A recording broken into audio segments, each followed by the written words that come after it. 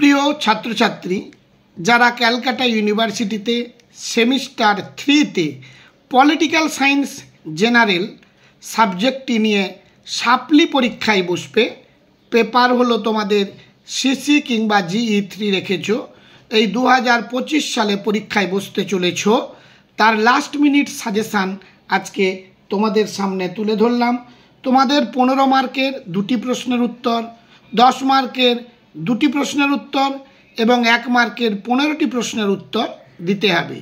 মোট পরীক্ষার মান হলো 65 নম্বর।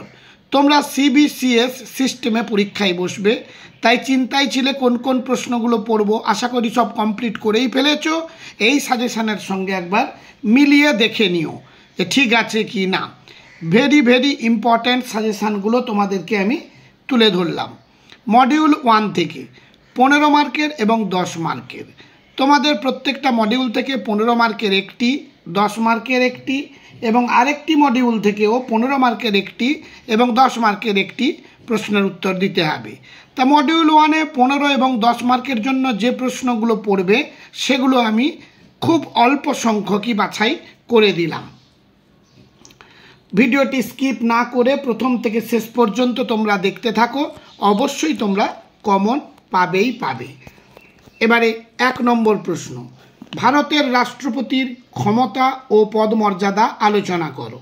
2 নম্বর প্রশ্ন, ভারতের যুক্তরাষ্ট্রীয় ব্যবস্থার প্রকৃতি আলোচনা করো। 3 নম্বর প্রশ্ন, ভারতের সংবিধানের প্রস্তাবনার তাৎপর্য আলোচনা করো। 4-এর দাগের প্রশ্ন, লোকসভার স্পিকারের ক্ষমতা ও কার্যাবলী আলোচনা করো। 5 নম্বর প্রশ্ন, ভারতের কেন্দ্র ও রাজ্যের আর্থিক সম্পর্ক আলোচনা করো। 6 নম্বর প্রশ্ন, ভারতের সুপ্রিম কোর্টের গঠন ও কার্যাবলী আলোচনা করো, মোস্ট ইম্পর্ট্যান্ট প্রশ্ন। এবং 7-এর দাগে লাস্ট প্রশ্ন, ভারতীয় সংবিধানে সংরক্ষিত স্বাধীনতার অধিকার আলোচনা করো। মডিউল 1 থেকে এই কয়েকটি মাত্র 7টি মাত্র প্রশ্ন আলোচনা করে দিলাম। এগুলোর মধ্যে তোমরা কমন অবশ্যই 15 মার্কের একটি এবং 10 মার্কের একটি পেয়ে যাবে। এবারে মডিউল 2 থেকে,